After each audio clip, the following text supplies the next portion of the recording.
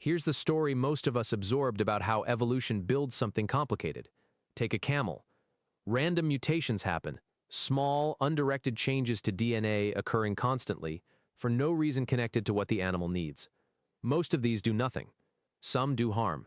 Every once in a great while, one happens to help.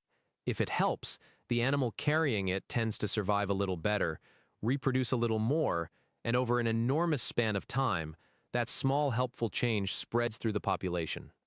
Repeat this an unfathomable number of times, over an unfathomable stretch of time, and eventually you get a camel, a hump that stores fat, a metabolism that conserves water with startling efficiency, a coat that reflects heat, a whole animal exquisitely tuned to one of the harshest environments on the planet.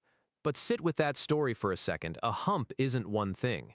It's fat storage tissue, plus the metabolic pathways that let the body access that fat efficiently under stress, plus the structural and circulatory adaptations needed to carry that mass around, plus the broader physiology that coordinates all of it.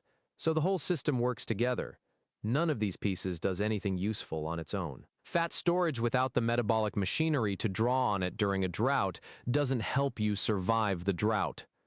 Structural support for carrying a big lump of fat doesn't help if your body has no way to regulate when to use it.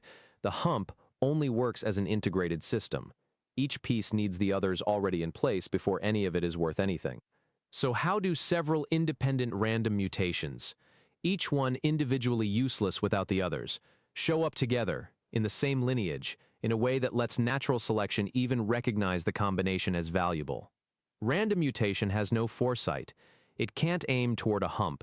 Each mutation has to be worth something on its own terms, right now, the moment it appears, or it gets discarded long before any of the others show up to complete the picture. This is a known problem in evolutionary biology and is referred to as the difference between survival of the fittest and arrival of the fittest. Survival of the fittest is the easy part. Once you've got variation, selection sorts it. That's basically bookkeeping. Arrival of the fittest is the hard part. How does the right kind of variation show up in the first place, especially when the components only make sense in combination? The usual answer is some version of it took an extremely long time, with a lot of small intermediate steps, each slightly useful on its own, that eventually assembled into the bigger system. And for some isolated traits, that could make sense. But for traits where multiple body systems all need to shift in the same direction at once, toward heat tolerance, toward water conservation, toward fat-based energy storage, all simultaneously, all pointed the same way, a long sequence of individually useful steps that happen to all point the same direction by coincidence, starts to feel like it's quietly doing an enormous amount of unacknowledged work. At some point, you have to ask, how much coincidence is this story actually asking us to believe?